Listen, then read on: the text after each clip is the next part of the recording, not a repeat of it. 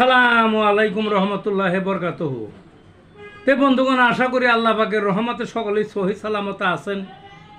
তে কবি Gazi Akkas Ali YouTube channel 017140885009 এর পক্ষ থেকে আপনাদের সকলের প্রতি রইল একান্ত আন্তরিক শুভেচ্ছা ভালোবাসা। তে বন্ধুগণ, এখন আপনাদের সামনে যে বয়ানটা রাখবার চেষ্টা করব, বয়ানটার নাম হলো নাকের পলিপাস রোগের মহা চিকিৎসা। কি? নাকের পলিপাস রোগের মহা চিকিৎসা। নাকের পলিপাস সবাই জানেন কি জিনিসটা। নাক অস্বাভাবিক, ঠিক মতো সে কাজ করে না, নানা ব্যাধিতে সে আক্রান্ত হয় কম বা বেশি। কি কি ব্যাধি হইতে পারে? সাধারণত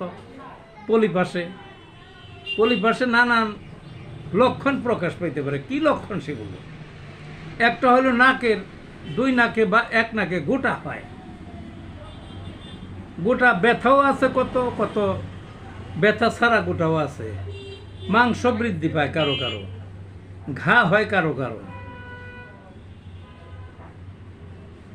ওই নাকের একদিকে চামড়া ফুলে যায়, শ্বাস বন্ধ, দম পায় না, রাত্রে বিশেষ করে দম পায় না, বা কোনো কোনো সময় শ্বাস বন্ধ হয়ে আসে। নাকের ভেতরে ঘা হয়, হাসি কাশি, ঠান্ডা সর্দি, জরা জরা ওলা ধরে থাকে, বুঝলেন না? দুই নাকের ছিদ্রের মাঝে যে ডিভাইডারের যে নরম হাড়, এটা বাঁকা হয়ে যায় কারো কারো। আর একটা হলে নাকের ঘ্রাণ শক্তি লোপ পায়। তাহলে নাক এমন একটা জিনিস, তাহলে দেখেন কতগুলো অসুবিধা আরও হতে পারে। সব সময় নাক ঝরে, নাক দিয়ে পানি পড়ে, আরো ইত্যাদি ইত্যাদি, বুঝলেন না? তাইলে হোমিওপ্যাথি শাস্ত্রে এই নাকের পলিপাস যে কোনো লক্ষণেরই হোক, বা নাকে যে কোনো ধরনের অসুখই হোক, নাকের ভেতরে ভালো ভালো চিকিৎসা আছে, এবং এইগুলা 100% গ্যারান্টি সহকারে সারানো হয়। অনেক রোগী সেরে গেছে, ভালো হয়ে গেছে, আমার কাছে প্রতিনিয়ত আসে। যে সাধারণত কিছু ওষুধের নাম প্রথম পরিচয় করিয়ে দিই।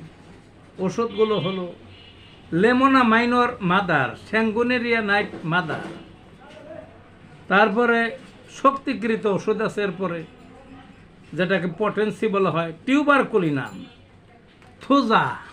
কি? Tuberculinum Thuja. ফর্মিকা রুফা, সরিনাম। কি? সরিনাম। Calcarea curve,